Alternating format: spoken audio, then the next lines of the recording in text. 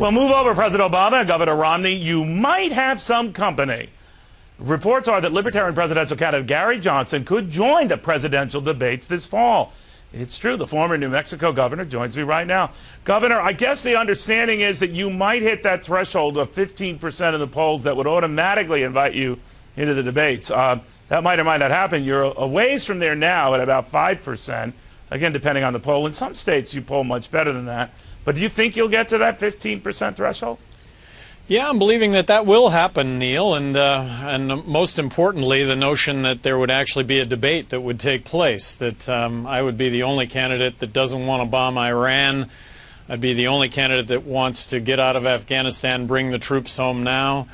I'd be the only candidate that wants to repeal the Patriot Act. I wouldn't have signed the National Defense Authorization Act.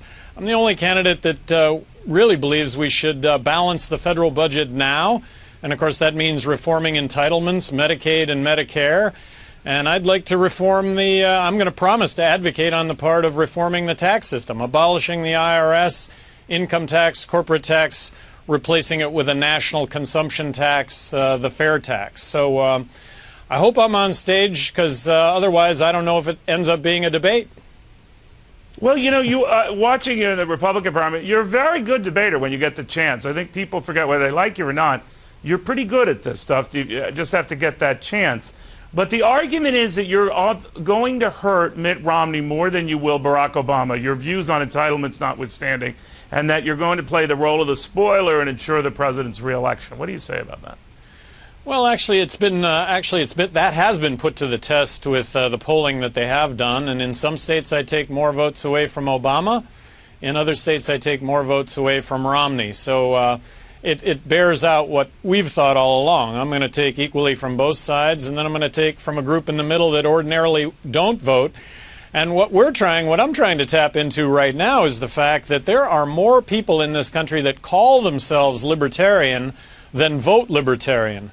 So I'm asking everybody in that category to actually vote libertarian with me this one time, and let's really try and make a change. Well, you know, when third-party candidates have been in the race, a lot of people would poll, if you had your druthers, would you vote for this person? Whether it's John Anderson in 1980, Ross Perot in 1992. I could even go back to George Wallace in 1968. A lot of people say, yeah, I'd vote for him, but I don't think he has a chance. Now, George Wallace picked up a lot of votes, and many argue at the time tipped that election to Richard Nixon in 1968. Many argue in 1992, Ross Perot prevented George Bush Sr. from being reelected. We could go back and forth on this, but throughout they all lost. And so even as impressively as they do, and Perot, 90% of the vote then, everyone says you're going to lose. So why do this? Well, back to the debate. Is it going to be a debate, given that, you know, our $16 trillion debt, $8.5 trillion of that is from Democrat administrations. $7.5 trillion of it is from Republican administrations. So what's the debate going to be over? Look, let's balance the federal budget now. Let's reform the entitlements. Let's get out of Afghanistan. Let's have real, true free trade.